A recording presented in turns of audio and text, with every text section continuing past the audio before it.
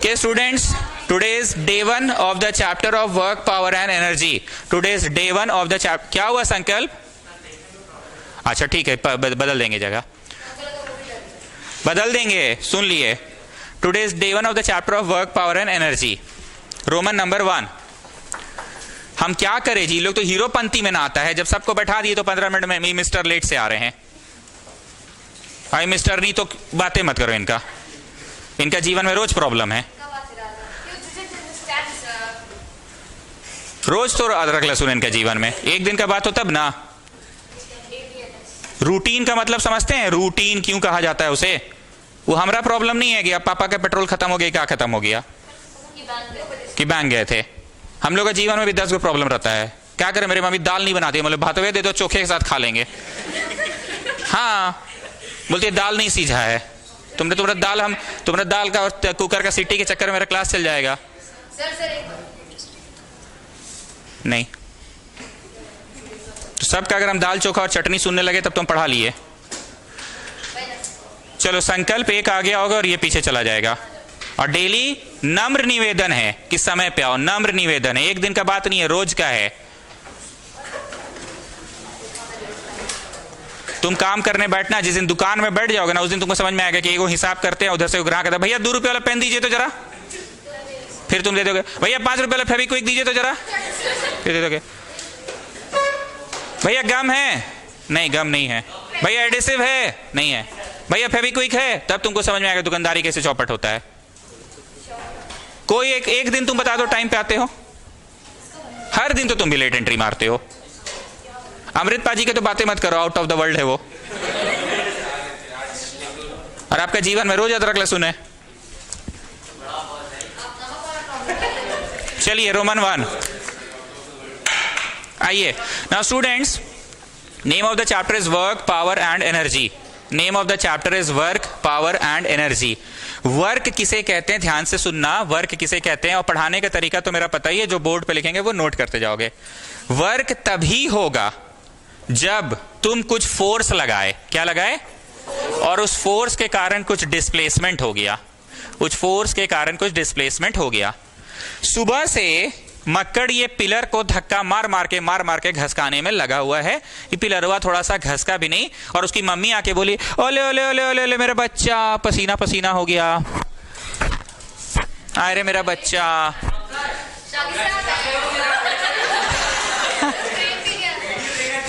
नहीं देखे? अच्छा प्रेम को बुलाए थे. ओके. ओले ओले ओले ओले मेरा बच्चा सुबह से मेहनत कर रहा है, थक गया, पसीना पसीना हो गया. लो बेटा हॉर्लिक्स पी लो, 1 गिलास Horlicks P low. Makkar P भी लिया हॉर्लिक्स, ये बोल के कि हाँ मम्मी हम सुबह से काम कर रहे हैं, बहुत मेहनत की है, इस पिलर को घसकाने की कोशिश की है.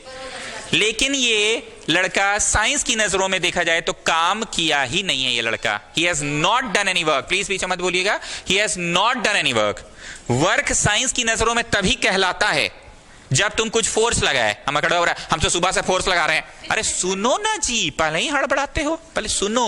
नहीं हम तो सुबह से फोर्स लगा रहे हैं. अरे सुनो तो जी, तुम कुछ फोर्स लगा रहे हो और उस फोर्स के लगने से कुछ डिस्प्लेसमेंट हो जाए, मतलब ये पिलर थोड़ा सा भी घसक जाता. कितना सा?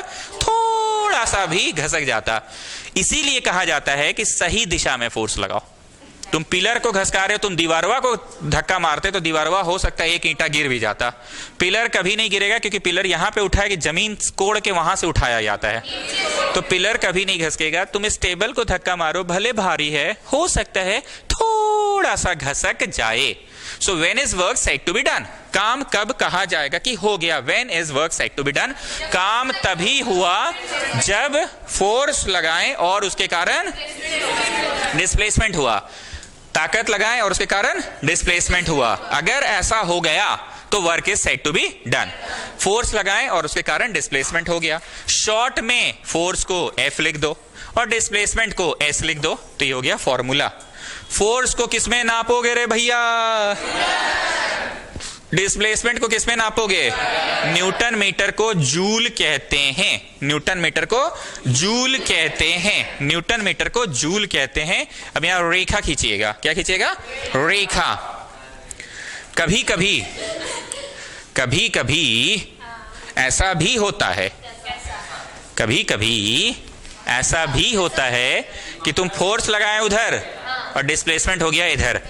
जैसे कॉल बेल ऐसे चीपे टिंग टोंग, तो तुम चीपे उधर फेंका गया इधर, तुम चीपे उधर फेंका गया इधर।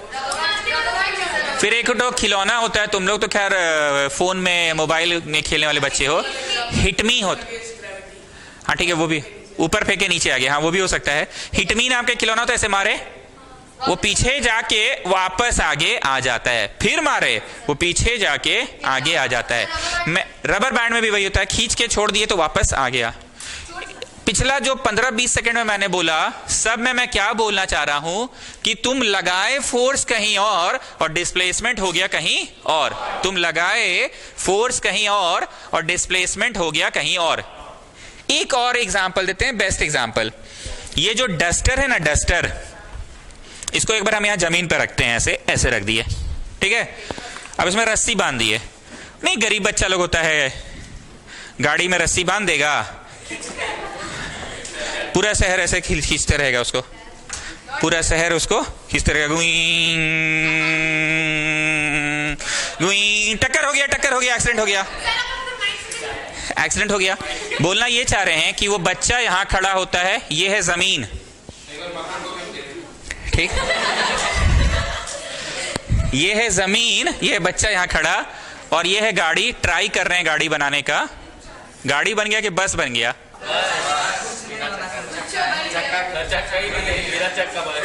लो ठीक है, चक्का हो गया। अब क्या हुआ, इसको, ये लड़का कुछ ऐसा है, मतलब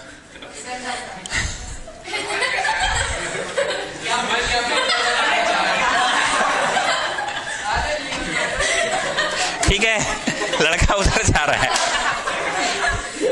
लड़का उधर जा रहा है, बस को खींच के उधर जा रहा है लड़का, हाँ लड़का उधर जा रहा है, ठीक है ना, ऐसे खींच के, ठीक। लेकिन गाड़ी तो भैया, what I want to say कि कभी कभी ऐसा होगा कि फोर्स तुम किसी और दिशा में लगाते हो, लेकिन डिस्प्लेसमेंट हुआ तो भैया किसी और दिशा में होता है। मतलब there is some angle between the two. ये पढ़ाना मेरा मकसद था, ये पढ़ाना मेरा मकसद था।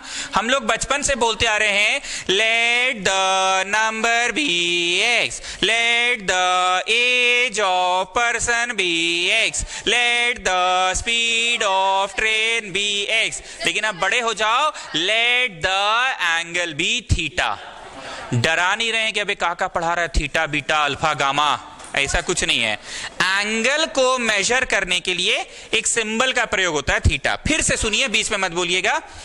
जिस तरह से let the number be x, let the speed of the train be x, let the speed of the train be x, let the numerator be x, let the denominator, कुछ बोलना है क्या? ठीक है, चाहिए। Let the numerator be x, let the denominator be x, ये आप करते हैं ना। वैसे ही let the angle be x आप बोलिए, कहीं गलती नहीं है, एकदम सही है। लेकिन हायर क्लासेस में अब हम लोग let the angle be theta बोलेंगे।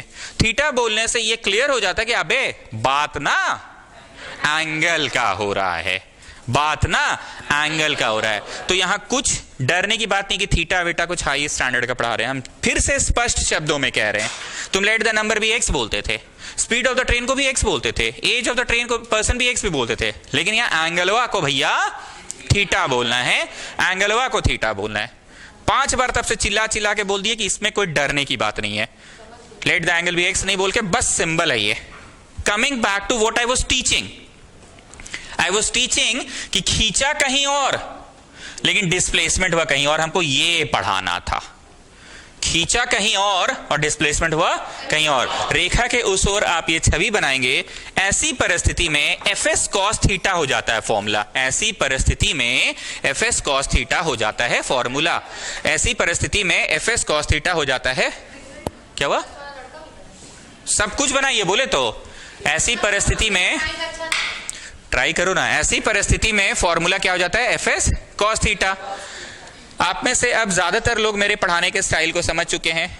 पढ़ाते पढ़ाते कभी भी कुछ नया आएगा तो हम साइड में आके उसको बताते हैं। तुमको लगे कि अभी तो हम नहीं जानते तो तुम नोट करना, what is cos theta. Students, किसी भी राइट एंगल ट्राइंगल में, किसी भी राइट एंगल ट्राइंगल में एक 90 डिग्री तो होएगा ही होएगा, 90 होएगा। 90 के ऑपोजिट वाले को, हम तुम्हारे बिसाइड्स खड़े हैं कि हम तुम्हारे ऑपोजिट खड़े हैं, तो उसी तरह से 90 के ऑपोजिट वाले को हाइपोटेन्यूज कहते हैं। 90 के ऑपोजिट वाले को हाइपोटेन्यूज कहते हैं। जिसको पता है कि अबे पका रहे तो हम फर्स्ट चैप्टर में पढ़े थे, वो बच्चा मत बनाए। क्या प्रत्युष, फर्स्ट चैप्टर में तो पढ़े थे, पकाया था उस समय भी, नहीं बनाए। जो नहीं पका है वो पकाओ, पको मतलब बनाओ, ठीक। तो 90 के सामने वाले को हाइपोटेन्यूज कहते हैं और थीटा के सामने वाले को परपेंडिकुलर कहते हैं। सर थीटा बोले तो मारो चट से, अभी ना बोले थीटा बोले तो एंगल, थीटा बोले तो थीटा के सामने वाले को परपेंडिकुलर, 90 के सामने वाले को हाइपोटेन्यूज कहते हैं, थीटा के सामने वाले को परपेंडिकुलर कहते हैं। तो बोलो क्या बच गया, तो हो गया बेस, सिंपल। तुम फीस दियो, साइन नहीं किए ना, जाके भी जाके साइन करके आओ तो ओके। थीटा के सामने वाले को परपेंडिकुलर कहते हैं। नाउ लिसन टू मी, अगर किसी बच्चे को मन कर गया कि हम 90 यहां मानेंगे, 90 का तो मेरे पास कोई चॉइस ही नहीं है सर, लेकिन थीटा तो आप ही बोले थे ना कि किसी भी एंगल को थीटा बोल सकते हैं, तो चलिए सर मेरा मन कर गया वहां थीटा मानने का, मेरा मन कर गया सर। हमले बाबू काहे तुम्हारा मन किया, तो उल्टा हमसे क्वेश्चन कर रहा, आप ही ना बोले थे कि एंगल को थीटा बोल सकते, तो ऊपर भी तो एंगल ही है सर। तो हमने ठीक है गुरुदेव आप सही हैं, चलिए क्या बोलना चाह रहे आगे बोलिए। तो वो बच्चा मेरे को बोला कि सर 90 के सामने वाला हाइपोटेन्यूज ठीक है, हम बोले हाँ ठीक है। थीटा के सामने वाला परपेंडिकुलर ठीक है, हम बोले हाँ ठीक है। तो बोला जो बच गया सो बेस ठीक है, हम बोले हाँ ठीक है। मारे उसको हम चट्ट से। हम बोले अरे पगला, जो सुतल रहता है उसको कभी परपेंडिकुलर बोला जाता है, कैसे कर रहे हो। हाँ छवि पलटना होगा, मतलब ये छवि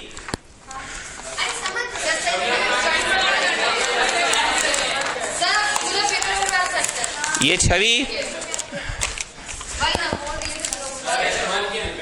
ये छवि ऐसा है ना। बोल रहा है कि छवि को आप काला वाला इधर ले जाइए, काला जमीन में है, काला जमीन में ब्लू इधर है, ऐसे कर दीजिए, ठीक है। इन्होंने सही बोला, छवि पलट दीजिए। हमने उस लड़के को चट्ट से क्यों मारा समझ में आ गया, क्योंकि पगला ऐसा काम कर रहा है, जो जमीन में सोया हुआ है हॉरिजॉन्टल वाला है, उसको पगला नहीं क्या बोल रहा है, परपेंडिकुलर। लेकिन वो 100% गलत है कि नहीं, आप जितना समझाएं उस हिसाब से तो लड़का सही है। थीटा कहीं भी मान सकते हैं, तो कहीं भी माने तो उसके सामने वाला। So tell me in our tuition will I draw this figure, कि नहीं आप ऊपरे वाला बनाई, वही ठीक है। चलो इतना क्लियर। अब तुम बोले हमको थीटा से डर लगता है साहब, हम तुमको क्या बोले थे कि ये वाला बीमारी की दवाई बना हुआ है बाजार में, चिंता मत करो। हाँ अरे रुको ना, अभी हम इसका दवाई तुमको दे रहे हैं ना। तुम जो बोले ना सर्दी हो रहा है, जुकाम हो रहा है, छींक भी आ रहा है, नाक भी बंद है, कब दिए थे तुम फीस?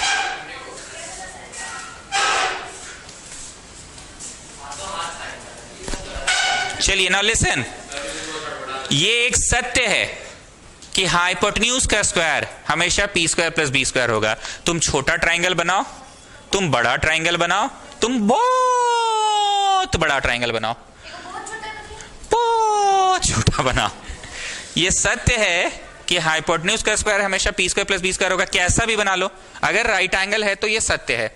वैसे ही ये बातें तो आप बचपन से सुन के आ रहे हैं कि कैसा भी ट्राइंगल बनाओ, बहुत छोटा, थोड़ा बड़ा, थोड़ा बड़ा, बहुत बड़ा, कैसा भी राइट एंगल ट्राइंगल बनाओ, ये सत्य है कि H square is always equal to P square plus B square. So students, it is also सत्य कि परपेंडिकुलर और हाइपोटेन्यूज का जब रेशियो निकालेंगे ना, वो सेम आएगा। दुनिया के किसी भी ट्राइंगल में पी और एच का रेशियो बोले, रेशियो मतलब कैंसिल होके सिंपलेस्ट टर्म में। रेशियो नहीं जानती है, जैसे मान ली किसी का एज 25 साल है, ठीक है, नहीं किसी का एज 25 साल है, ठीक है, और किसी का एज 30 साल है, ठीक है, तो रेशियो थोड़ी हुआ पगली, नहीं तो ये होगा रेशियो। हाँ, तो रेशियो मींस सिंपलेस्ट में P और H का रेशियो दुनिया के किसी भी ट्राइंगल में, राइट एंगल ट्राइंगल हो तो फिक्स्ड ही होता है। उस रेशियो को नाम दे दिया गया साइन थीटा, उसे बस कहा गया साइन थीटा। जैसे P square plus B square equal to H square, उसको नाम दे दिया गया पाइथागोरस थ्योरम। अलग बात है कि साइंटिस्ट के नाम पे है उसका नाम, लेकिन नाम दे दिया गया ना। वैसे ही पी और एच का रेशियो ऐसा पाया गया है। कैसा भी ट्राइंगल बनाओ, छोटा बड़ा बहुत बड़ा, पी और एच का रेशियो हमेशा सेम ही होगा, उसका नाम साइन थीटा दे दिया गया। हाँ, अब उसी से लड़का हाथ पांव उसका फूलने लगा। बी और एच का रेशियो ऐसा भी पाया गया कि तुम कैसा भी राइट ट्राइंगल बनाओ, कैसा भी राइट ट्राइंगल बनाओ, बेस और हाइपोटेन्यूज का रेशियो को जब भी डिवाइड करोगे सिंपलेस्ट फॉर्म में कट के हमेशा सेम आएगा। तो उस रेशियो को नाम दे दिया गया cos theta, and the last one P और बी। ठीक है, तीन गो तो चीजें है जी, एक चुन्नू है, एक मुन्नू और एक टुन्नू है। चुन्नू टुन्नू का रेशियो, मुन्नू टुन्नू का रेशियो, चुन्नू मुन्नू का रेशियो, तीन ही गुना है भाई। चुन्नू मुन्नू टुन्नू, चुन्नू टुन्नू का रेशियो, मुन्नू टुन्नू का रेशियो, चुन्नू मुन्नू का रेशियो। इसे नाम दे दिया गया टैन थीटा। अभी लड़का भाग रहा था ट्यूशन छोड़ के, कॉस थीटा से हमको डर लग रहा है सर, हम जा रहे ट्यूशन छोड़ के। हम बोले थे ना तुमको सारी कड़ियों को जोड़ देंगे, सारी कड़ियों को जोड़ देंगे। मतलब whenever there is some angle, the ratio of P and H is always called sine of that angle. Sine of that, the base and hypotenuse का ratio is called cos of that angle, and P and B का ratio is called tan of that angle. मेरे पास जगह नहीं है, फिर भी हम try कर रहे हैं। एक मिनट यहाँ लाइन खींच के याद रखने का तरीका, चुपचाप लिखते जाओ। Some people have curly brown hair, some people have curly brown hair. नहीं दिखेगा तो पूछ लेना, हम रीड कर देंगे बार बार, लिखते जाओ। Some people have curly brown hair turning permanently black. हाँ, फिर वही बात हम तो पहले भी बोले। ये लड़का को क्या बोले थे कि मास्टर पहले भी खक हो रहा है तो दोबारा मत खखरवाओ तुम। जो पहली बार जिसका नहीं खक हो रहे हैं वो खखरवाओ, जिसकी कॉपी में पहले से लिखा है वो काहे टाइम वेस्ट कर रहा है, इंक बर्बाद कर रहा है ना। ये सब तो अंडरस्टूड है कि अरे बहुत खखोरे हुए हैं आप बचपन में ही। हम लोगों को, आपका बचपन जुलाई में अगस्त में स्टार्ट हुआ था, बचपन हियर। ठीक, तो देखो जी प्रणय, तुम ट्यूशन छोड़ के भाग रहे थे इतना सा बात पे। अरे मतलब भावना समझो, तुम्हारा हाथ पांव फूल गया। Some people have curly brown hair turning permanently black. Some people have curly brown hair turning permanently black. लिखते जाइए। Some people have curly brown hair turning permanently black. आप लोग क्यों लिख रहे हैं? आप लोग का तो लिखा हुआ है, हाँ मत लिखिएगा। Some people have curly brown hair turning permanently black. Some people have curly brown hair turning permanently black. ये ऑफिशियली अलाउड नहीं है, ये बस याद रखने का तरीका है कि कोई तुमसे साइन थीटा पूछेगा, साइन, रुक ना पगली, साइन मतलब एस, एस मतलब सम, सम तो होता है people have, P by H, है ना। पंडित बद्री प्रसाद हरि हरि बोल, पंडित बद्री प्रसाद हरि हरि बोल। पाकिस्तान भूखा प्यासा, हिंदुस्तान हरा भरा। चलिए, अरे सब सुनते सुनते भावना है। ब्राउन हेयर, कोई कॉस थीटा तुमसे पूछा, कॉस थीटा पूछा तो कॉस थीटा को मन में क्या सोचे, कॉस कॉस सी सी सी सी सी सी, करली curly curly curly curly curly curly curly curly curly curly, brown brown brown hair brown hair brown hair brown hair, B by H B by H B by H. So it is, नहीं प्रणय को सिखा रहे हैं। कोई पूछा tan theta, tan मतलब T, T मतलब turning, turning तो होता है permanently black. Coming back to what I was teaching, ये तो साइड में पढ़ाएं, पढ़ाने का मेरा तरीका यही रहा है कि पढ़ाते पढ़ाते कुछ नया चीज आए तो साइड में बता दो। Coming back, students, whenever there is force और उस फोर्स के कारण अगर डिस्प्लेसमेंट हो गया, व्हेनेवर देयर इज फोर्स और उस फोर्स के कारण डिस्प्लेसमेंट हो गया, then only work is said to be done. जैसे कि मैंने कहा कि एक बच्चा इस पिलर को घसकाने की कोशिश कर रहा है, फोर्स लगा रहा है, पर इतनू सा भी अगर नहीं घसका ये पिलर तो भैया साइंस की नजरों में उस बच्चे ने वर्क नहीं किया। भले उसकी मम्मी आ गई, ओले ओले ओले ओले मेरा बच्चा, हॉर्लिक्स पी लो मेरा बच्चा, अब तुम पी भी लिए गटक के। तो बोला मम्मी कसम है हमको साइंस की, जब तक वर्क नहीं करेंगे तब तक हॉर्लिक्स नहीं पिएंगे, तब तक हॉर्लिक्स नहीं पिएंगे, और वर्क कब करेंगे, जब डिस्प्लेसमेंट होगा। तो ये फॉर्मूला है ना। शौर्य पंकज टेल मी, ये फॉर्मूला है तो फिर ये फॉर्मूला काहे के लिए, मतलब काहे, मतलब काहे। जब एंगल का इन्वॉल्वमेंट हुआ तो ये फॉर्मूला, और एंगल का इन्वॉल्वमेंट नहीं हुआ तो सिंपल सा ये फॉर्मूला। ठीक, अब एक बात और सुनिए, सभी बच्चों को ये नोट करना पड़ेगा at the top of the page, at the top of the page, सभी बच्चों को at the top of this page. Zero का कहानी शुरू होता है जीरो पे, खत्म होता है वन पे। At the top of the page लिखना, जीरो का कहानी शुरू होता है जीरो पे, खत्म होता है वन पे, और 90 का कहानी शुरू होता है वन पे, खत्म होता है जीरो पे। सर कुछ नहीं समझ में आ रहा, आप क्या पढ़ा रहे हैं? अभी समझाएंगे, चाइल्ड समझाएंगे, wait child wait. Zero zero है पाजी, हो पाजी, जीरो जीरो है, तो जीरो का कहानी शुरू होता है जीरो पे, खत्म होता है वन पे। लेकिन 90 जीरो है पाजी कि 90 90 है? 90 जीरो नहीं है ना, तो इसलिए 90 का कहानी जीरो पे शुरू नहीं होता है। आई होप आप समझ रहे हैं कि सर आप याद रखने का ट्रिक बता रहे हैं। जीरो का कहानी जीरो पे शुरू होता है, खत्म वन पे। जीरो का कहानी जीरो पे शुरू होता है, खत्म। लेकिन 90 का कहानी जीरो पे नहीं शुरू होता रे बाबू, वन पे शुरू होता है। मैं इतना भाषण देके आपको क्या याद कराया वो सुनो। मैं याद कराया साइन जीरो की वैल्यू कितनी होती है, कॉस जीरो की वैल्यू 1 होती है, साइन 90 की वैल्यू, कॉस 90 की वैल्यू 0 होती है। याद रहेगी कि नहीं रहेगी? यही दो बातें मैंने याद कराया। कोई रोड चलते फिरते तुमसे पूछे हाउ मच इज साइन 90, तो तुम बोलना साइन 90। भाई हमसे, एक मिनट, हमसे साइन पूछ रहा है। भाई साइन पूछा मतलब पहले वाला पूछ रहा है कि बाद वाला? पहले वाला। पहले साइन था ना भाई यहाँ पे? अरे पहले साइन था ना भाई? 90 पूछ रहा ना भाई, तो साइन 90 1 होता है भाई। ठीक, और अगर कोई आपसे साइन 0 पूछा तो साइन 0 0 होता है, क्योंकि साइन पहले था ना भाई, और जीरो का नहीं, जीरो से खत्म शुरू होता ना भाई, तो साइन 0 है 0। कोई रोड चलते फिरते मिला, hello Prem, how are you, how do you do, fine thank you so much, come on tell me cos 0।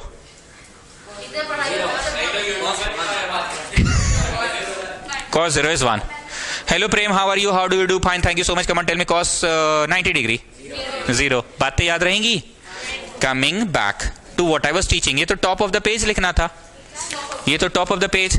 अगर कभी ऐसा हो जाए, ये छवि बना लिए ना, अगर कभी ऐसा हो जाए कि थीटा 0 डिग्री है, कितना डिग्री है?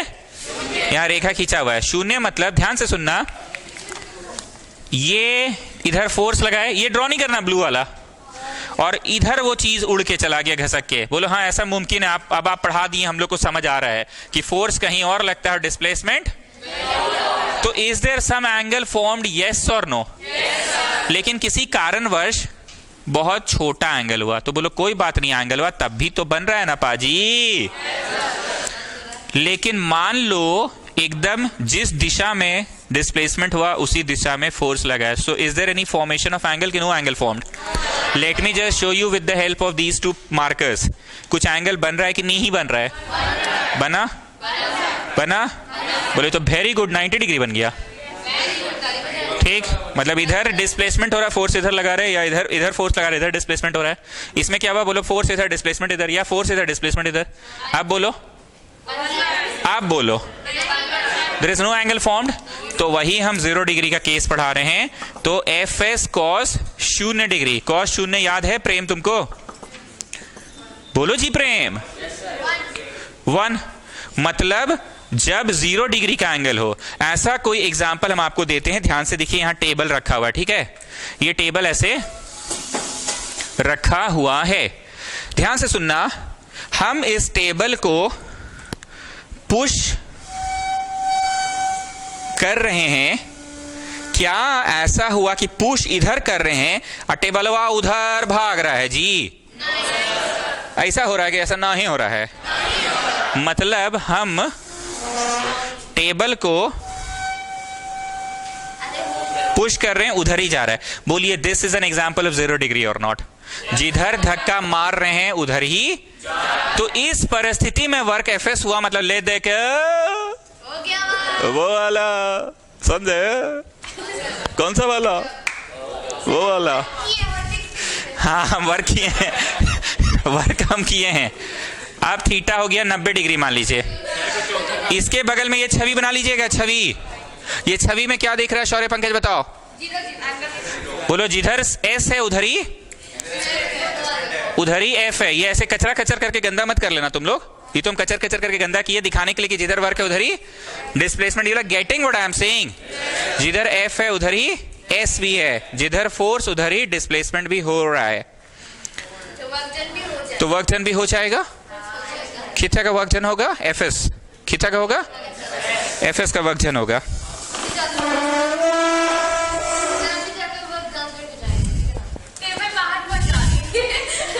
हाँ तो ठीक है, धक्का मार के अगर टेबल बाहर लगे तो वर्क डन हुआ। लेकिन आप लोग धक्का मार के अगर टेबल को बाहर निकालिएगा ना तो थोड़ा टेढ़ा बेढ़ा करके ले जाना पड़ेगा बाहर, तो कुछ एंगल बना के ले जाओगे। मजाक की, लेकिन मजाकों में पढ़ाई समझो जी। ये क्या बोलिए, हम टेबल को बाहर ले जाके जाते समय छुट्टी समय बाहर ले जाएंगे। क्या लगता है जिधर धक्का मारेगी उधर जाके कि थोड़ा टेढ़ा बेढ़ा करके ले जाना होगा, क्योंकि ऑब्स्ट्रक्शंस है ना यहाँ पे। इसके बगल में ये छवि बना। अब ध्यान से सुनना स्टूडेंट्स, प्लीज पे अटेंशन। जब रेलवे प्लेटफॉर्म पे कोई कूली तुम्हारा सामान उठाता है, कोई कूली तुम्हारा सामान उठाता है तो माथा पे से बोझ ढोता है, और बोझ ढोकर ऐसे चलता है वो कूली। रेलवे प्लेटफॉर्म में चलता है ना। ध्यान से सुनना, इस कूली ने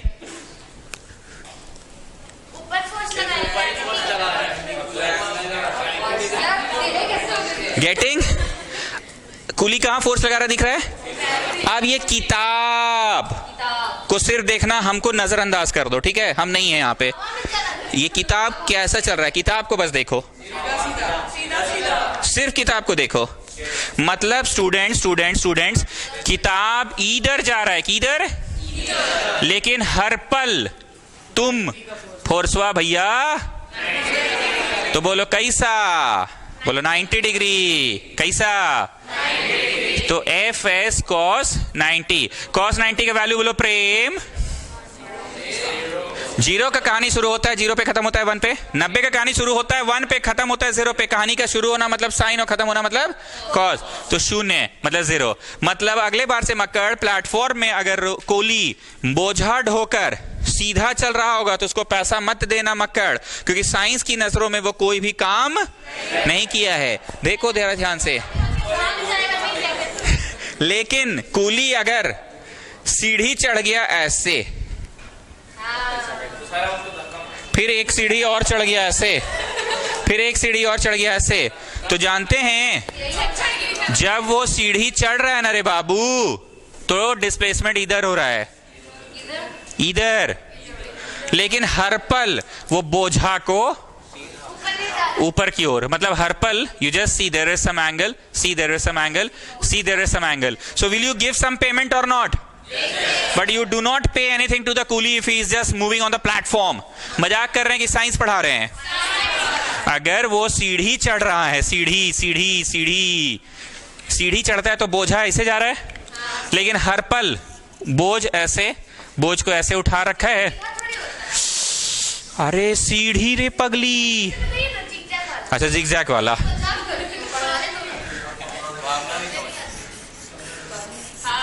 ठीक, सीढ़ी चढ़ रहा है तो किताब भी ऐसे ही, लेकिन इसको पढ़ाने के लिए मुझे इस तरह से ही बताना पड़ेगा।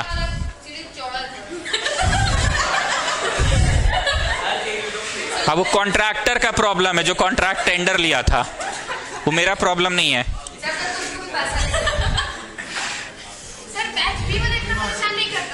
Anyways, did you get the concept जी?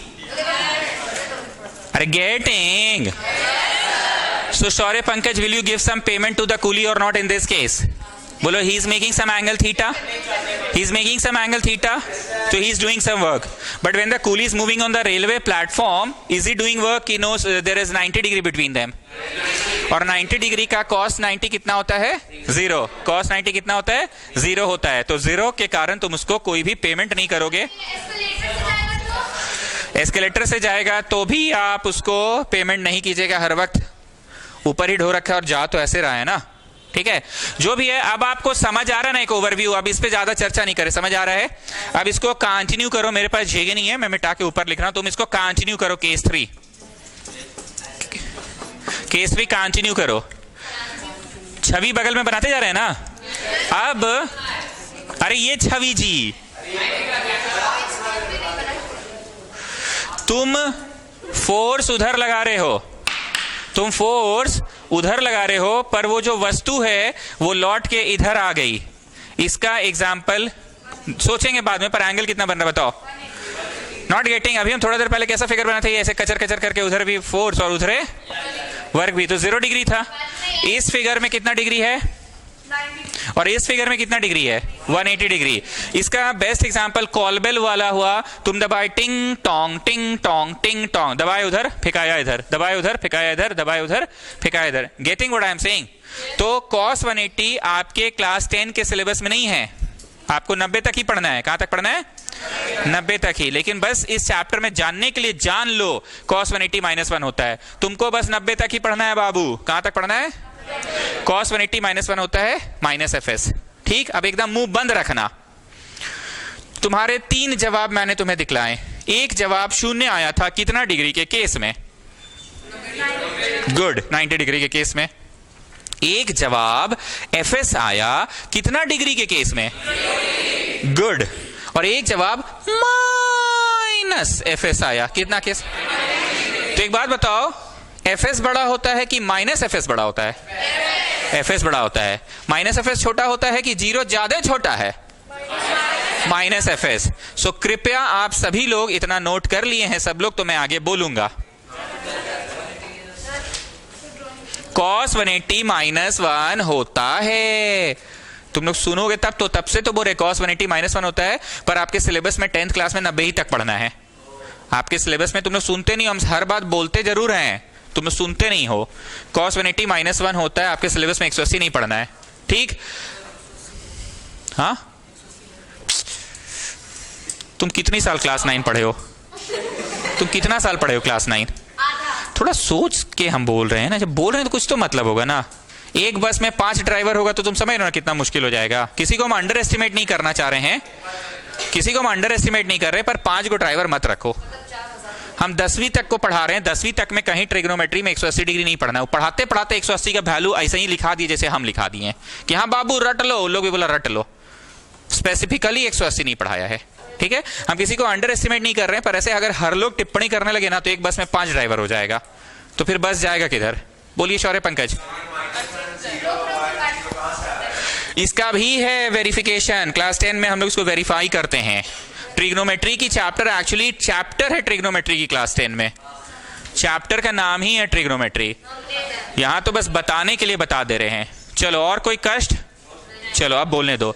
तुम लोग ना जी जो बात का हवा नहीं बनाना, जबरदस्ती हवा बना दी काहे काहे। अरे जान लो ना जी, पी और एच के रेशियो को कहते हैं साइन थीटा, खत्म बात। बी और एच के रेशियो को कॉस थीटा कहते हैं। थीटा किसे दर्शा रहा है, एंगल को। तो भैया एंगल कैन बी एनीथिंग ना, एंगल कैन बी 0, 40, 45, 10 तक के सिलेबस में 90 डिग्री तक। जब हम बोल रहे हैं तो हम नया किताब खरीद के बाजार में आए पढ़ाने की, आपका फटक की चर्चा किताब बता रहा है कि आप सालों से पढ़ा रहे हैं, एक किताब से पढ़ा रहे हैं। तो इसलिए जब बोलते हैं तो उसको एक्सेप्ट करो कि हाँ ठीक है, नहीं है हम लोगों के सर है सिलेबस में, हम सिलेबस की बात किया, ऐसा कुछ नहीं है, इसका बस वैल्यू ऐसे ही लिख दिए जैसे हम लिख दिए तुमको। हाँ, हम लोग मैगी हम ही लोग बनाते थे पहले। चलिए अब सुनिए, आपने जब आंसर 0 लाया है ना, वहां जाके ब्रैकेट में यहां लिखिए, यहां नो वर्क, यहां लिखिए नो वर्क, ब्रैकेट में लिखिए नो वर्क। इसी बात को ना हम हिंदी में बोल रहे थे कि कुली को पैसा मत देना, यहां ब्रैकेट में लिखिए नो वर्क। कहां लिखना है, होश में सब लोग सुन लो, बीच में बोलो नहीं। 0 जहां आया है वहां पे लिखो नो वर्क, ठीक। अब तुम्हारा आंसर जहां पे -fs आया है ना, वहां जाके ब्रैकेट में लिखो मिनिमम वर्क। कैसा वर्क, मिनिमम वर्क, मतलब सबसे कम काम हुआ। ऑफ कोर्स, अभी हम पूछे थे ना 0 ज्यादा छोटा होता है कि माइनस वाला चीज ज्यादा छोटा होता है। नेगेटिव को ही मिनिमम बोलते हैं, नेगेटिव को ही मिनिमम बोलते हैं। मिनिमम वर्क लिखा। अब एक जगह तुम्हारा आंसर +fs आया था, वहां लिखो मैक्सिमम वर्क, वहां लिखो मैक्सिमम वर्क, लिखो मैक्सिमम वर्क। तो स्टूडेंट्स अब उम्मीद करते हैं आपको क्लियर हो गया होगा कि वर्क का फॉर्मूला fs है एक्चुअली कि fs cos थीटा एक्चुअली, दोनों ही हैं, दोनों ही हैं। लेकिन बोलचाल में हम लोग एफएस बोलकर निकल लेते हैं, बोलचाल में एफएस बोलकर निकल लेते हैं, पर जाने अनजाने में हम लोग क्या कर रहे होते हैं, cos 01 मतलब ये, मतलब जाने अनजाने में हम लोग ये केस पढ़ रहे होते हैं कि जाने अनजाने में हम लोग ये केस पढ़ रहे होते हैं, बताओ। वो केस पढ़ रहे होते हैं जाने अनजाने में। और ज्यादातर आम जिंदगी में ऐसे ही होता है, जिधर धक्का मारते उधर सामान जाता है। तो जाने अनजाने में हम लोग पढ़ एफ एस कॉस थीटा ही रहे होते हैं, लेकिन cos 0 तो 1 होता है, इसलिए नजरअंदाज करके लोग आपको क्या बोल के पढ़ा देता है, एफ एस बोल के पढ़ा देता है। Is that okay students? अब आइए रोमन नंबर 2, एनर्जी। डैश देके लिखो, the capacity to do work is called energy. लिखते जाओ, the capacity to do work, the capacity to do work, the capacity to do work is called energy.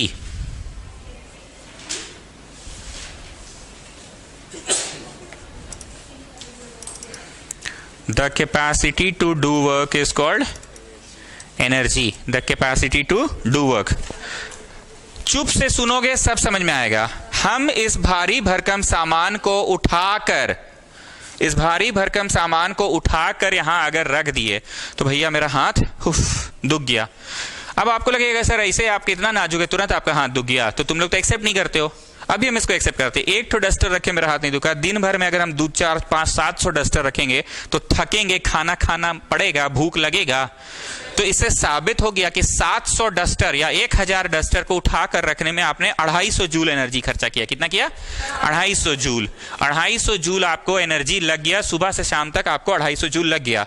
तो प्रत्येक duster को घसकाने में कुछ तो आपने लिया ही है सर एनर्जी। अब हमको ऐसे करके काहे पढ़ाना पड़ा कि हम एगो डस्टर का जब बात किया तो तुम लोग मानिए नहीं रहे थे कि एनर्जियो लगता है एगो डस्टर में, इसलिए हमको 1000 को लेके समझाना पड़ा। तब तुम समझ गए ना कि 1000 डस्टर को हम सुबह से शाम तक रखे जा रहे हैं, रखे जा रहे हैं, रखे जा रहे हैं, रखे जा रहे हैं, रखे जा रहे हैं, रखे जा रहे हैं, रखे जा रहे हैं, रखे जा रहे हैं, रखे जा रहे हैं, रखे जा रहे हैं, रखे जा रहे हैं। 1000 डस्टर को उठा के रखने में शाम तक हमको भूख लग गया। शाम को हमने कुछ नहीं किया, आइसक्रीम मंगाया। आइसक्रीम में तो लिखा रहता है इतने calories and all. Chocobar ice cream मंगाया और हमने 2 ठो वैसा वैसा आइसक्रीम खाया। अब हमको कमजोरी टाइप नहीं लग रहा, जानते हैं, अब एकदम चक्कर टाइप लग रहा था। एग्जाम्पल आइसक्रीम वाला कहाँ दिए लास्ट ईयर में? वो हम खाना मैगी उगी खाएंगे। अच्छा ठीक है, भावना वही जाग जाता होगा। तो हम आइसक्रीम खाएं। आइसक्रीम इसलिए निकलता है ना मुंह से हम लोगों का, क्योंकि आइसक्रीम एक ऐसा चीज है जिसमें लिखा रहता है कितने कैलोरीज है उसमें। कभी तुम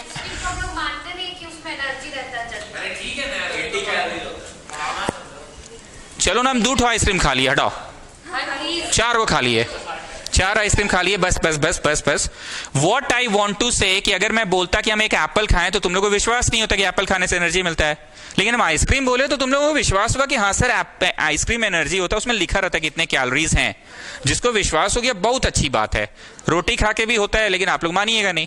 कमिंग बैक 250 जूल लगा 1000 ठो डस्टर बार बार रखने में, तो एक ठो के पीछे 0.25 लगा ना। So students, when work is done by a body, then the body loses energy. ये बताना था।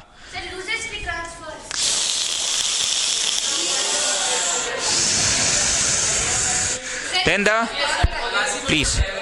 प्लीज कंफ्यूज हो रहे हैं ना ये लोग, पढ़े हुए यहाँ पे लोग पहली बार सुन रहे हैं ना, अभी कंसेप्ट लोग पहली बार ले रहा है, प्लीज मत बोलिए, पहली बार कंसेप्ट ले रहे हैं लोग। The body loses energy.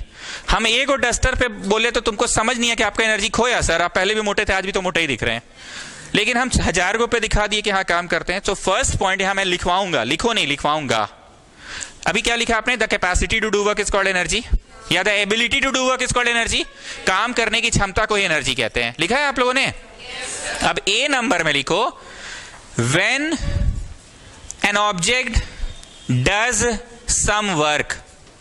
बीच में मत बोलिएगा, कुछ लोग वीडियो में पढ़ चुका है, दूसरों को कष्ट होता है। when an object does some work, when an object does some work,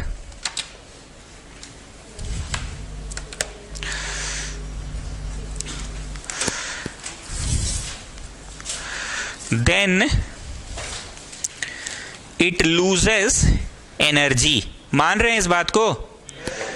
then it loses energy. एकदम क्लियर मान रहे हैं? Then it loses energy. अब सुनना next point.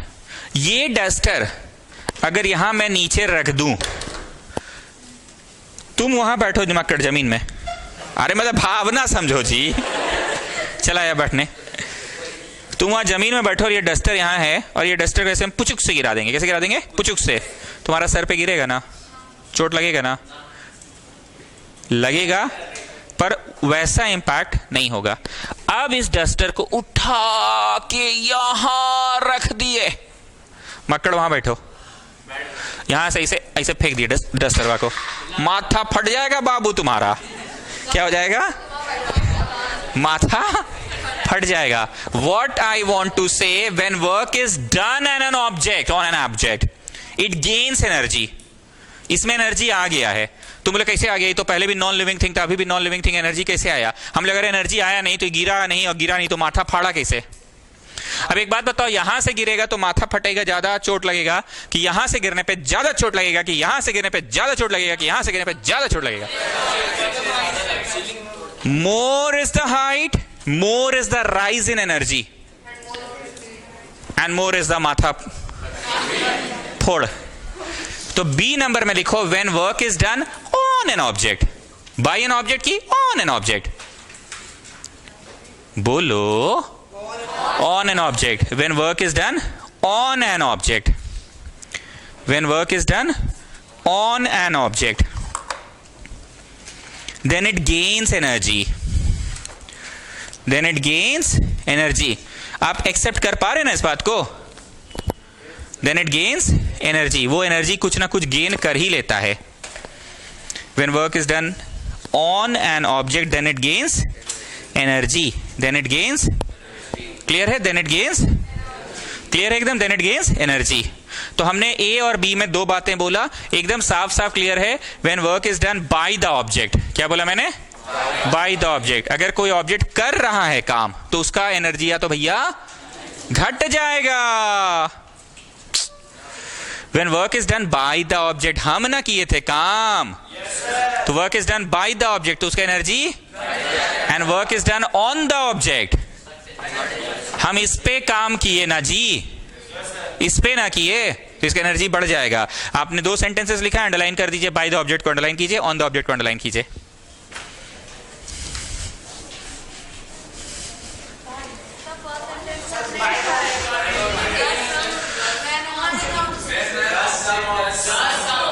Does some work को कर लो, डज सम वर्क को अंडरलाइन कर लो, ठीक है? अब आप लोग ऐसे एरो करके दो भाग में बांट दीजिए। एनर्जी दो तरह का होता है, एक होता है काइनेटिक एनर्जी हाफ mv², और एक होता है पोटेंशियल एनर्जी mgh। दो तरह का एनर्जी होता है।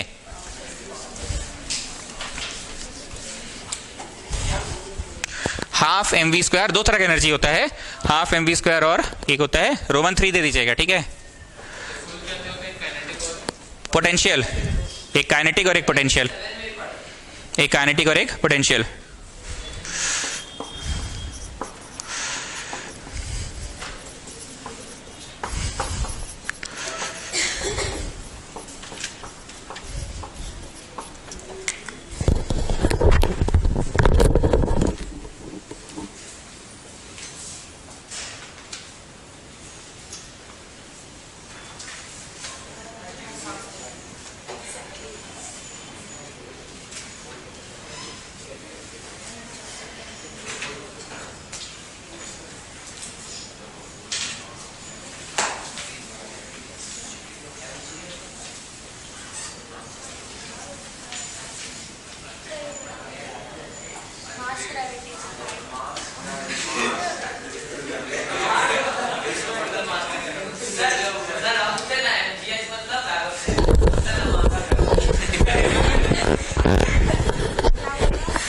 माथा गरम है। Okay, now energy possessed by a body due to its motion is called kinetic energy. ध्यान से सुनना, आप साइकिल चला रहे हैं, पहिए घूम रहे हैं, पहियों में एनर्जी है, काइनेटिक एनर्जी है। क्योंकि वो मोशन में है। मच्छर खिड़की से घूम के अंदर घुसा, ब्रेन को काट दिया, जितनी देर वो मूव करके आया उतनी देर वो मोशन में था, काइनेटिक एनर्जी है। तुम ढेला चला के मारे यहां से, तो जितनी देर ढेला चल रहा था उतनी देर उसमें काइनेटिक एनर्जी है। उसकी काइनेटिक एनर्जी जाकर कन्वर्ट हो गई शीशे में और शीशे को तोड़ दी और फिर वो पत्थर वहां रुक गया। अब वो रुक गया, अब उसमें पोटेंशियल एनर्जी आ गया। Energy possessed by a body due to its position, इसको ड्यू टू इट्स हाइट भी कहते हैं या due to its stressed condition भी कहते हैं। एग्जाम्पल, रबर बैंड ऐसा कभी खींच के मारे हो प्रेम? मारे हो? खींच के मारना, ऐसे ऐसे चुट से खींचे, ऐसे चट से खींचे, कौन सा में ज्यादा लगता है? मतलब स्ट्रेच जितना करते हैं उतना ज्यादा ये इंक्रीज कर ले रहा है अपना। यहां से खींच के सड़क से मारो, यहां से ऐसे करके चुट से मारो, किसमें ज्यादा लगेगा? जितना खींचेंगे। ठीक, गुलेल से तो तुम लोग खेले नहीं हो? खेले हो? अच्छा खेले हो, तो ऐसे पकड़ के ऐसे करके खींच के मारते हैं गुलेल से, उसमें भी वही। डेमो नहीं दिखाना है, बस भावना समझना है। नहीं नहीं ठीक है, बस भावना। ठीक, नेक्स्ट, डैम्स में, डैम्स में हाइट पे पानी को स्टोर किया जाता है और वो पानी को अचानक से छोड़ दिया जाता है, तो बहुत ही रफ्तार से वो पानी गिरता है और टरबाइन पे गिराया जाता है और टरबाइन को घुमा देता है और वो टरबाइन के घूमने से फिर बिजली पैदा होती है। हमको यहाँ बिजली पैदा करना नहीं सिखाना है, हमको सिर्फ ये सिखाना है कि भैया पानी तो चुपचाप अपना हाइट पे रखल था जी, हाँ, तो उसको बस गेट खोल दिए, धड़धड़ा के पानी गिर गया, हाँ, तो इतना भारी टरबाइन को घुमाया कैसे? बोलो, the stored energy was due to its position, because of its height, because of its height. तुमने ऐसे खींच के मारा तो सामने वाले को चोट लगा, तुम जितना खींचे उतना चोट लगा, तो stored energy was due to its position due to its stressed condition. तुम पत्थर को खींच के मारे, शीशा को फूट गया, तो उसमें भी पोटेंशियल एनर्जी था due to its stressed condition, due to its height, कि due to its kinetic energy was more. आप समझ रहे हैं? अगर बॉडी में स्टोर्ड एनर्जी है, स्टोर करके रखा हुआ एनर्जी, तो वो पोटेंशियल एनर्जी कहलाता है। यहां पे पानी हाइट पे है डैम्स में और अचानक से डैम का पानी खोल दिया जाता है, तो बहुत ही गति से गिरता है टरबाइन के ऊपर और टरबाइन को घुमा देता है और फिर बिजली पैदा होता है। हमको यहाँ बिजली नहीं पढ़ाना है आपको, हमको सिर्फ ये पढ़ाना है कि भैया पानी तो अच्छा खासा रेस्ट में रखा हुआ था, गेटवा अचानक से खोले तो ऐसा एकदम धड़धड़ा के गिरा और वो टरबाइन को, इतना भारी टरबाइन को घुमा दिया। पानी में आखिर ताकत आया कहां से? Because of its height. अगर वही डैम को जमीन पे बना दिया जाए नॉर्मल लेवल पे और गेट खोला जाए, तो पानी तो बस ऐसे नॉर्मल शांतिपूर्वक बह के नदी के टाइप बस बह के चल जाएगा, लेकिन हाइट से गिराया गया तो हुआ। रबर बैंड में भी ऐसे खींच के मारेंगे चोट नहीं लगेगा, खींच के मारेंगे तो चोट लगेगा। So due to its position सिर्फ, कि बाकी तो नोट्स में होगा ही, और due to its stressed condition also. ठीक है, due to its stressed condition also, clear है? Due to its stressed condition also. तो एक होता है पोटेंशियल और एक होता है kinetic. Is that okay? Hello hello, क्या बन गया? हाँ ओके ओके ठीक है। चलो अब आ जाओ, सबसे पहला डेफिनेशन नोट्स में आ जाओ। Work is said to be done whenever there is a force acting on a body and the body moves in a particular direction. Underline करो, moves in a particular direction. Underline करो, moves in a particular direction. Underline करो, moves in a particular direction. कर लिया? नहीं मिला जी Prem. Moves in a particular direction. चलो, conditions necessary for work to be done. Two main conditions are, पहला में टिक मारो, the force must act on a body, और दूसरा में भी टिक मारो, the body must be displaced. Makkar के केस में क्या हो रहा था? फोर्स था, बोलो एकदम था, तो कौन सी नहीं था? डिस्प्लेसमेंट नहीं था। So what are the conditions necessary? कौन सी दो बातें होनी ही चाहिए? पहला फोर्स होनी चाहिए और दूसरा डिस्प्लेसमेंट होना ही चाहिए। कंडीशंस 1 और 2 में टिक मार लिया। अब आ जाओ नोट में, if any one of the above condition is missing then work is said not to be done. Underline करो, not to be done. Underline करो, नॉट टू बी डन। अगर ऊपर में से, दोनों में से कोई एक भी मिसिंग रहा, अगर ऊपर के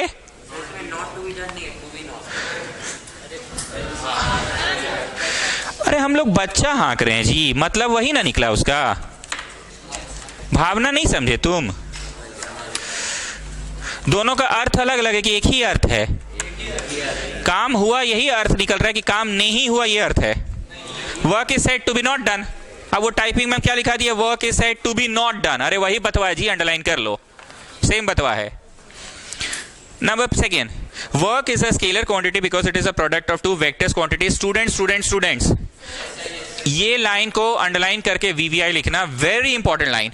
it is a product of two vector quantities, it is a product of two vector quantities, it is a product of two vector quantities, it is a product of two vector quantity. Bhavna समझना, जब negative negative into होता है तो it turns to be a positive number और not? पक्का? लेकिन अगर एक पॉजिटिव और एक नेगेटिव रहता है तो it turns to be a negative. एक नेगेटिव और एक पॉजिटिव होता है तो it turns to be negative. मतलब डोमिनेट कौन करता है? भावना समझना, भावना dominate.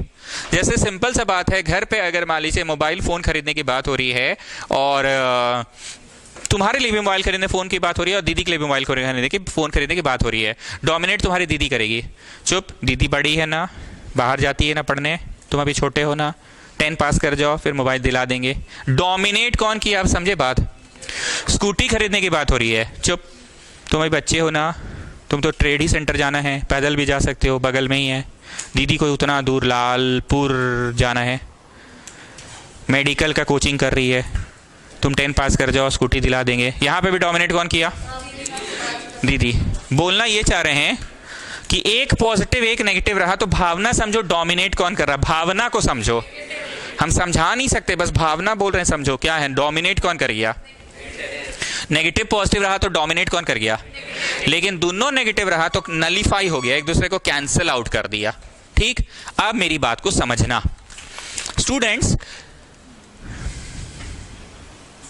F is equal to ma होता है ना? क्या आपको पता है कि मास एक स्केलर क्वांटिटी है?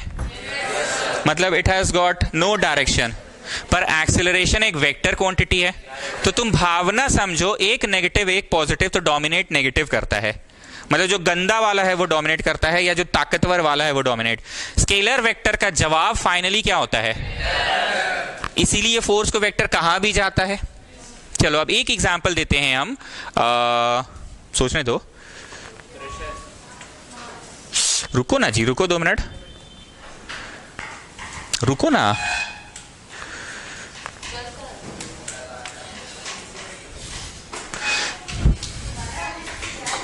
फॉर्मूला ऐसे तो P is equal to mv है, मास इंटू वेलोसिटी है। मास एक स्केलर क्वांटिटी है और वेलोसिटी एक वेक्टर क्वांटिटी है। मतलब समझो एक पॉजिटिव एक नेगेटिव तो डोमिनेट कौन करेगा? इसलिए इसका जवाब वेक्टर होता है। ठीक, हम ट्राई कर रहे हैं एक ऐसा एग्जाम्पल देने का जिसमें दोनों स्केलर हो। हम ट्राई कर रहे हैं, तुम लोग मत हड़बड़ाओ, हमको सोचने दो बाबू, सोचने दो हमको 2 मिनट। हाँ, कुछ हो मैं दो ना। हाँ, मिल गया, m1 m2 by r²। बस भावना समझना, भावना एकदम पकड़ के मेरे माथा में मत सवार हो जाना, बस भावना समझा रहे हैं। m1 m2 by r² है ना एक फॉर्मूला, थोड़ी देर के लिए मान लो फॉर्मूला बस m1 m2 है, बस मान लो। तो बोलो स्केलर ये भी स्केलर ये भी, तो आंसर क्या आया? बस हम भावना ये समझा रहे हैं कि दुनिया में कुछ ऐसे फॉर्मूलाज है जिसमें one of the quantity is a scalar quantity and the other one is a, so the net output में डोमिनेट कौन किया? हम ये समझाना चाह रहे हैं। दुनिया में कुछ ऐसे भी फॉर्मूलाज हैं जो हम लिख नहीं पाए, पर भावना समझाने के लिए ये भी स्केलर है ये भी स्केलर है, तो डोमिनेट कौन किया? बोलो स्केलर स्केलर स्केलर। ठीक, अब दुनिया में मैं एक ऐसे फॉर्मूला लिखता हूं जिसमें फोर्स भी खुद में क्या है और डिस्प्लेसमेंट, बोले बाबू, डिस्टेंस नहीं बोले हैं बाबू, सुने बाबू, डिस्प्लेसमेंट बोले हैं।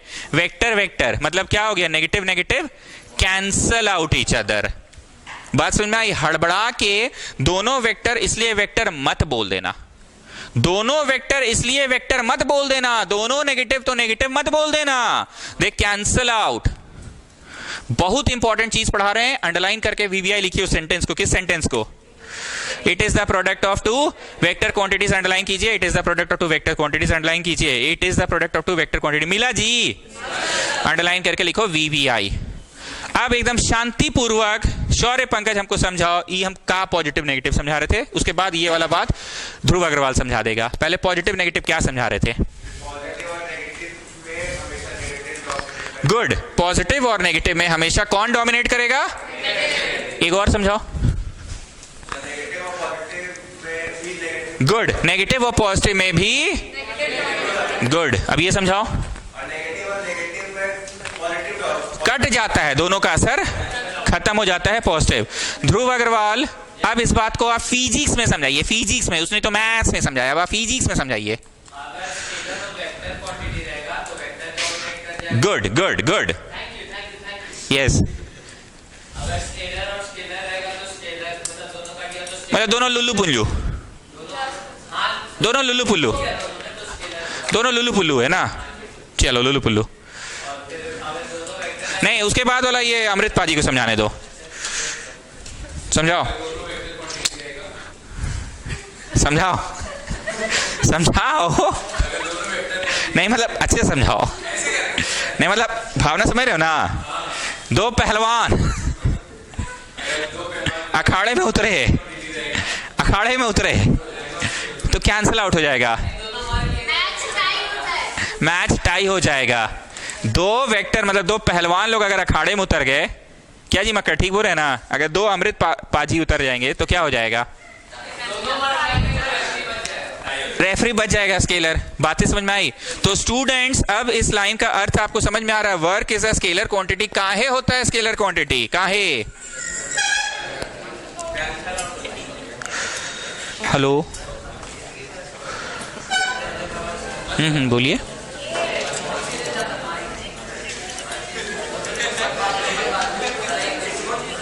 फिजिक्स, केमिस्ट्री, मैथ्स नहीं, बायो हमारे यहाँ नहीं है। बायो की अलग से मेरी मैम, मेरी सिस्टर पढ़ाती है, उनसे बात करना होगा अलग से। वो कल आएगी तो हम उसको दिखला देंगे, बात कर लेगी जाके।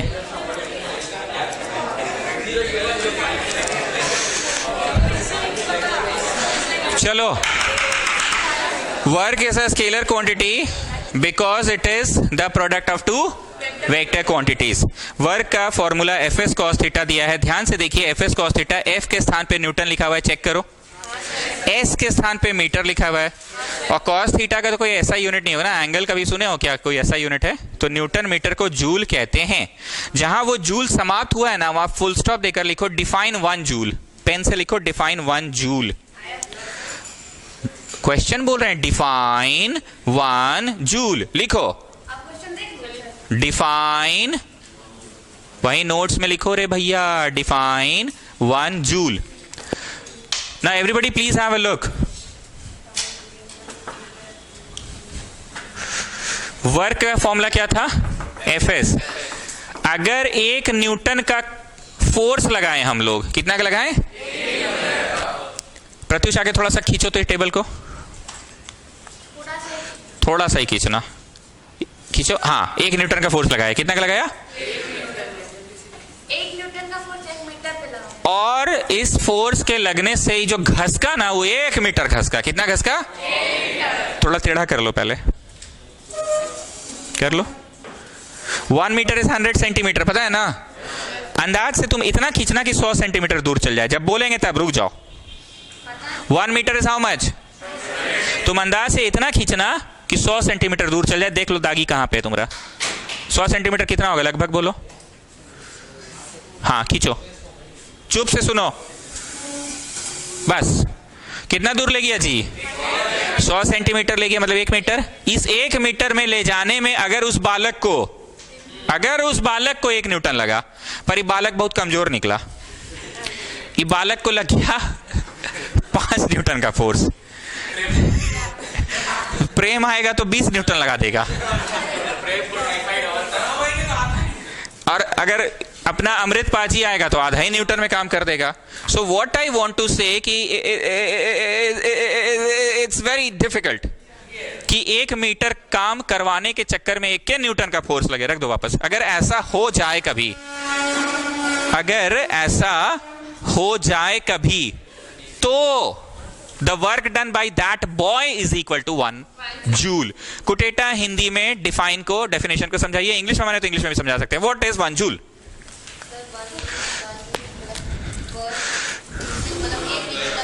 बोलने दो ना, बोलने दो, हाँ बोलो बोलो। जितना न्यूटन लग रहा है जितना मीटर वो मूव कर रहा है। ठीक है, आपको फिर से मौका देंगे। शौर्य, पंकज तुम बोलो। अगर कोई व्यक्ति 1 मीटर कोई भी ऑब्जेक्ट को 1 मीटर खींच रहा है और फोर्स 1 मीटर लग रहा है तो 1 न्यूटन होता है। 1 जूल का काम किया वो। वापस से बोलिए कोटेटा। जब एक इंसान 1 न्यूटन का मतलब 1 न्यूटन का फोर्स लगा के 1 मीटर खींच रहा है तो 1 जूल का काम है। ठीक है, इन्होंने कहा जब एक इंसान 1 न्यूटन का फोर्स लगा लिया और जिसके वजह से 4 को सिंघाड़ा तल लिया। 4 को सिंघाड़ा नहीं तला, 1 मीटर डिस्प्लेस करा दिया, को खींच के ले गया। Then the work is said to be off, Makkar जोर से बोलो, व्हाट इज 1 जूल? मास्क हटा के थोड़ा जोर से बोलो एकदम। चलो प्रत्युष, तुमने यही काम अभी किया था, तुम बताओ व्हाट इज 1 जूल?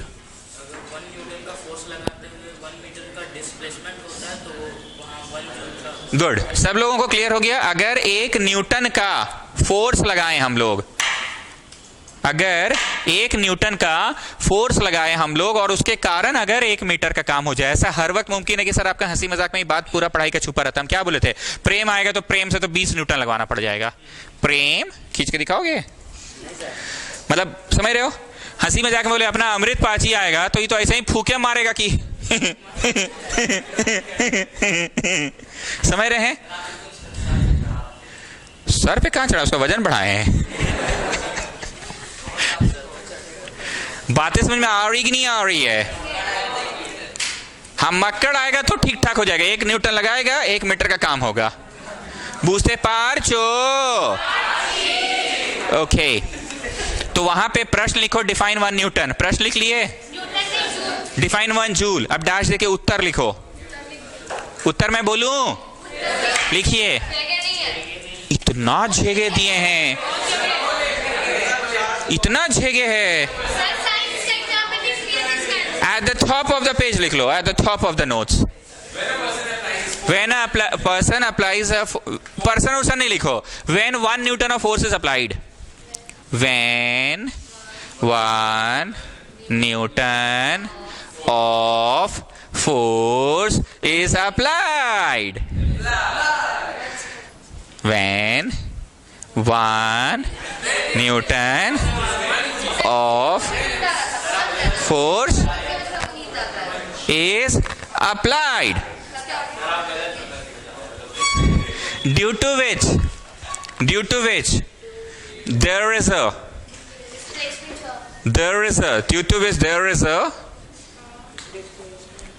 वाह बोला है लड़का। अच्छा, due to which there is a yes, छू लिया लड़का दिल। हाँ वैसा नहीं छुआ, प्रेम मत छूता है लेकिन। Due to which there is a displacement of 1 metre. Metre child, metre.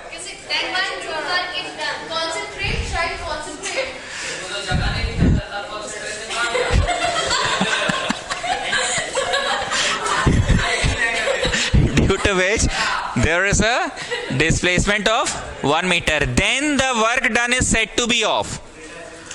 Then the work done is said to be off. Is said to be off. Yes, yes. Work done is said to be off. 1 joule. Work done is said to be off 1 joule. Box में कुछ और बनवाएंगे ना। चलो सभी लोग आ जाइए case 1 में, सभी लोग आ जाइए केस 1 में। थीटा कितना दिया हुआ है स्टूडेंट्स? थीटा 90 डिग्री है। 1 मिनट सब लोग कॉन्सेंट्रेट करो। एफ एस कॉस 90 लिखा हुआ मिला आपको? जस्ट नीचे देखो, कॉस 90 की जगह 0 लिखा है। एफ एस इंटू 0 कितना दे दिया? 0। ब्रैकेट में लिखो नो वर्क। 0 जो आया ना बाबू वहां लिखो नो वर्क। अब केस 1 के बगल में एक बॉक्स दिया हुआ है, चुपचाप मुंह बंद करके ये छवि बना लो। बाकी आपको समझ में आ गया है कि चीज जहां इधर रहा फोर्सवा इधर लगा रहे हो। ये केस 1 का छवि बनेगा।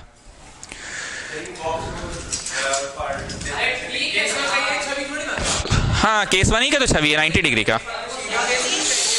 अरे according to my printed notes, according to my printed notes.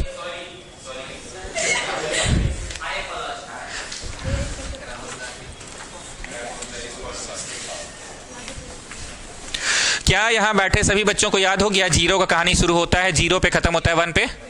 कहानी का शुरू होना मतलब साइन की cos. So what is sine zero? Zero. अरे साइन पूछ रहे हैं तो साइन से ना कहानी शुरू होता है जी। तो जीरो का कहानी शुरू होता है जीरो से, मतलब sine zero is, and what is cos zero? Good.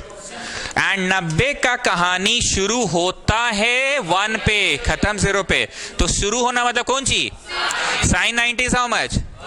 तो cos 90 इज हाउ मच? पर जीरो का कहानी तो शुरू होता है 0 पे, खत्म होता है 1 पे।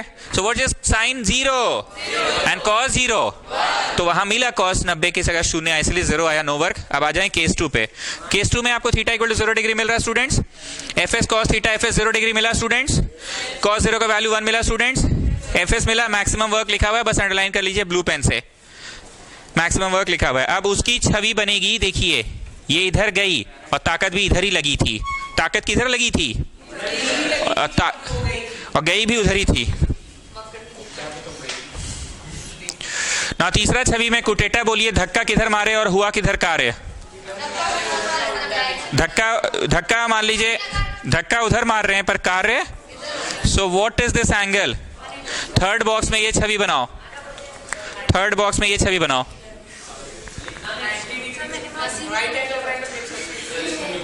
राइट एंगल ट्रायंगल नहीं बनेगा, स्ट्रेट पाथ में हुआ, वो भी स्ट्रेट पाथ पे हुआ।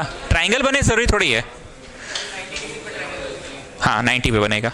चलो, पॉजिटिव वर्क किसे कहते हैं स्टूडेंट्स? पॉजिटिव वर्क कौन सा वाला केस था आप बताओ? ये वाला केस पॉजिटिव वर्क का है, ये वाला केस है पॉजिटिव वर्क का, ये वाला सेकेंड वाला ना, ये नेगेटिव वर्क का केस है। चलो पॉजिटिव वर्क का डेफिनेशन देखो, work is said to be positive when the displacement takes place in the direction of applied force. Underline करो, in the direction of applied force, पूरा अंडरलाइन करो। In the direction of applied force को underline करो। जहां वो sentence समाप्त हुआ है वहां लिखो थीटा बराबर इतना, कितना? अच्छा हाँ 0, ठीक है, हाँ ठीक है ठीक है ठीक है, थीटा बराबर 0 degree. Second negative work, work is said to be negative and displacement takes place in the opposite direction of applied force. Underline करो, opposite direction of applied force, underline करो, applied direction of, opposite direction of applied force. जहां ये sentence समाप्त हुआ वहां पे लिखो theta equal to 180 degree. जहां ये सेंटेंस समाप्त हो रहा है theta equal to 180 degree, 180 degree. कैसे कर रहे हो तुम? 180 डिग्री नहीं होगा, energy energy energy energy energy is defined as the capacity to do work. Underline कीजिए capacity to do work, underline कीजिए कैपेसिटी टू डू वर्क, खोजिए।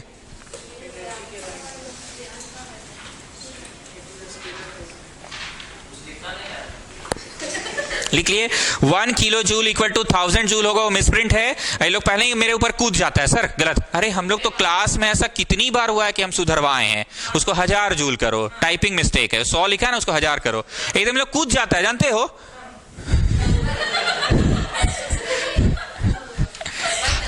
हजार जूल करो उसको। Okay next, when an object does work it loses energy. मानते हैं इस बात को? जहां सेंटेंस समाप्त हुआ वहां VVI लिखिए। अगर कोई कार्य कर रहा है तो उसका एनर्जी लूज होगा, घट जाएगा, वो थक जाएगा। Second point, when work is done on an object, work is done it gives नहीं होगा जी, गेन्स होगा, गेन्स। उसको काट के गेन्स करो, ऐसा होता है हम लोग के ट्यूशन में कि गलत टाइपिंग रहता है उसको सुधरवाते हैं, तुम लोग कूद के चलाते हो। सर सुनिए ना सर, वहां गेन्स लिखो, प्रेम गेन्स, गेन्स एनर्जी लिखो, गेन्स एनर्जी। और जहां सेंटेंस समाप्त हुआ वहां VVI लिखिए। अंकिता सिस्टर आप समझ रहे हैं? दो बातें हुई ना, एक है कार्य जिसके ऊपर हुआ उसका एनर्जी बढ़ गया और कार्य जिसने किया उसका एनर्जी। तीसरा वैभवी से। हमको तो कंफ्यूजन, इसलिए हम अंकिता सिस्टर बोल दिए, कंफ्यूजन ही दूर। You are Shivangi. उसके लिए बोल दिया है वैभवी के लिए। सर आप ये सब कोई बातें नहीं करते सर। मेरे ऐसा कुछ नहीं है, को बता देते बोल। ऐसा कुछ नहीं है। Sun is the biggest source of energy. Underline करो, sun is the biggest source of energy, biggest natural source of energy. Yes, my mistake. हाँ. Now a question, students. A hammer raised through a height when falls on an iron nails kept vertically on the wooden plank drives the nail. Why? बहुत ध्यान से सुनना। ये है कांटी और ये हथौड़ा। हथौड़े को जितना ऊपर उठाकर मारोगे, मकड़ ऐसे मारता है, प्रेम ऐसे मारता है। अब अपना अमृत पाजी आया, जो बोले सोनिया, ओ सॉरी नहीं हुआ, जो बोले सोनिया सत श्री अकाल, काटिए तोड़ दिया लड़का। ना सुनिए सुनिए सुनिए, MGH। एक बात बताओ सब लोग, तुम्हारा रिजल्ट तीन बातों पे तुम्हारा रिजल्ट निर्भर करता है। मैथ्स में कितना आया, हिंदी में कितना आया, इंग्लिश में कितना आया। तुम अपना मैथ्स का मार्क्स बढ़ाते चले गए, बीच में ना बोलिए, मैथ्स का मार्क्स बढ़वाते चले गए। पहले 5 मार्क्स बढ़वाए, फिर बोले सर टोटलिंग मिस्टेक है, फिर बोले इसमें मार्क्स नहीं मिला, फिर इसमें बोले 4 का था इसमें 2 मिला, फिर इसमें बोले मेरा गुड हैंडराइटिंग के लिए +1 दे दीजिए। ऐसे करते करते तो मार्क्स बढ़वा लिए। तो सिर्फ ये वाला मान लो तुम्हारा मैथ्स का मार्क्स है, बाकी नहीं बढ़ रहा है। तो क्या तुम्हारा नेट रिजल्ट बढ़ जाएगा कि नहीं? When you raise a hammer, are you increasing the मासवा ऑफ द हैमर? की मासवा थोड़ी बढ़ेगा सर। गुड। हैमर को यहां से भी मारो तो 9.8, यहां से भी मारो तो 9.8, जी बढ़ेगा कि नहीं बढ़ेगा? लेकिन when you increase the height, the more is the increase in height, the more will be what? It's potential energy will increase. जितना ज्यादा पोटेंशियल एनर्जी बढ़ेगा उतना ज्यादा काइनेटिक से वो आएगा। यहां से कोई चीज को तुम तेज गति से ला दो तो कितनों करेंगे तो ठक इतने रहेगा सर, लेकिन यहां से करेंगे तो ठक। What I want to say, as you increase the height, its mass is increasing कि mass cannot increase with the height? G cannot increase, कोई खास increase नहीं होगा। हाइट के बढ़ने से उसका पोटेंशियल एनर्जी बढ़ता है, and potential energy gets transferred to kinetic energy, and the kinetic energy gets converted on the head of the nail. अब वो पूरा एनर्जी इस पे पहुंच गया। पूरा एनर्जी किस पे पहुंच गया? अब वो एनर्जी क्या करेगा? वर्क करवाएगा। और तुमको पता था वर्क होगा तो भैया डिस्प्लेसमेंट तो होना ही है। फिर से सुनना, तुम जितना ज्यादा पोटेंशियल एनर्जी बढ़ाते हो हाइट के बढ़ाने से, उतना ज्यादा उसका उसका उसका उसका उसका काइनेटिक बढ़ रहा है। काइनेटिक बढ़ रहा है, उसका क्या बढ़ रहा है? सारा का सारा काइनेटिक एनर्जी ट्रांसफर हो जाएगा उसके हेड पे। कहां पे? और हेड पे वर्क हो जाएगा सबसे ज्यादा। और जब वर्क होगा तो बोलो बाबू क्या होगा? गिरेगा नहीं, डिस्प्लेसमेंट होगा। क्या होगा? डिस्प्लेसमेंट होगा। क्योंकि आप ही को आपके मास्टर ने पढ़ाया था कि जितना ज्यादा वर्क उतना ज्यादा डिस्प्लेसमेंट होगा। जितना ज्यादा वर्क उतना ज्यादा डिस्प्लेसमेंट होगा। बातें समझ में आई? तो हैमर के उठाने से क्यों ऐसा होता है, क्लियर हो गया? हैमर के उठाने से ऐसा क्यों होता है। अब इसी बात को अगर हम चैप्टर 2 में पढ़ा रहे होते, तो हम लोग कैसे पढ़ाए थे? ध्यान से सुनना, बातें याद रह जाती है। नारियल उठा के ऐसे मोरे थे, बोल बम, याद आया? नहीं, बोल बम मतलब आप नारियल को एक बार में बोल बम, मतलब आप उसमें टाइम बहुत कम लेते हैं। Change in velocity by time taken. Time जितना छोटा, एक्सेलरेशन उतना, एक्सेलरेशन इनटू मास, फोर्स उतना बढ़ गया।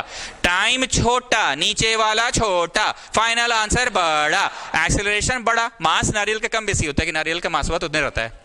एक्सेलरेशन बढ़ने पे मास से इंटू होगा तो फोर्स बढ़ जाता है, इसलिए बोल बम। Getting what I am saying? तो जब जिस चैप्टर में पढ़ाते हैं उस चैप्टर के कॉन्टेक्स्ट में इसको देते हैं, उस चैप्टर के कॉन्टेक्स्ट में इसको देते हैं। अभी हम एनर्जी चैप्टर के कॉन्टेक्स्ट में बात कर रहे हैं, तो यहां पे ज्यादा बात झटका से मारने का होता है कि ज्यादा उठा कर मारते हैं। लेकिन नारियल वाला क्वेश्चन में ये कभी पूछा भी गया था, नारियल को उठा कर क्यों मारते हैं, कि ये पूछा गया था एक बार में झटका से क्यों मारते हैं। एक बार में झटका से इसलिए मारते हैं क्योंकि समय तुम ज्यादा उसका बहुत कम करते हो। When a cricketer stops a ball, he can stop it here also, he can stop it like this. When he is doing like this, वो बढ़ा रहा है समय तो घटा रहा है एक्सीलरेशन। एक्सीलरेशन कम तो मास इंटू एक्सेलरेशन कम तो फोर्स कम, तो हाथ में चोट कम लगेगा। जब हाई जंप एथलीट कूद कर आता है तो एक बार में धप्प से जमीन पे गिरेगा तो चोट पांव में उसका, इसलिए उसको बालू पे या गद्दा पे, ये क्या है बोलो, गद्दा है, बोलो गद्दा पे कूदा है। धीरे धीरे धीरे धीरे धीरे धीरे धीरे धीरे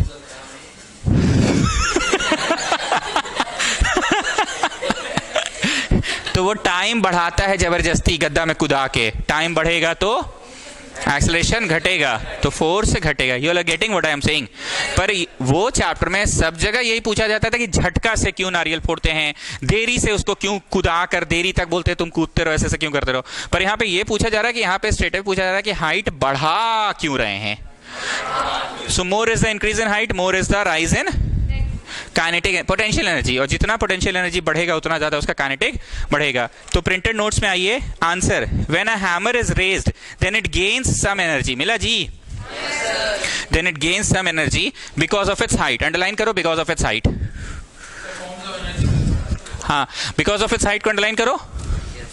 की रे भाई, when the raised hammer falls on the nail then the energy is transferred, energy is transferred को अंडरलाइन करो। हालांकि तब से मैंने इतनी बार बोल दिया आप समझ ही गए कि इधर से उधर ट्रांसफर होता है energy, energy is transferred from the hammer to the nail, underline करो, from the hammer to the nail, ठीक। उसके बाद full stop, when the nail receives this energy then it does some work, underline करो, does some work। और तुम्हें भी पता है जब काम होगा तो क्या होगा जी, डिस्प्लेसमेंट होगा, डिस्प्लेसमेंट होगा, does some work by moving into the plank, by moving को अंडरलाइन करो, by moving को अंडरलाइन करके ऊपर में जगह बना के लिखो डिस्प्लेसमेंट अकर्स, by moving को अंडरलाइन करो, छोटा छोटा चीटियों की तरह छोटा छोटा लिखो डिस्प्लेसमेंट अकर्स। अब समझ में आया हम क्या बोले जी, जब तुम मारे तो उसका हेड पे चोट लगा, हेड पे चोट लगने से वर्क हुआ, और वर्क होने से क्या होगा रे बाबू, तो वहां लिखो displacement occurs. You are getting what I am saying, displacement occurs. नहीं समझ पा रहे हैं, displacement occurs into the wooden plank, इसलिए कांटी आगे बढ़ जाता है। बाकी लोग अपने जगह पे बैठेंगे, first the girls will go.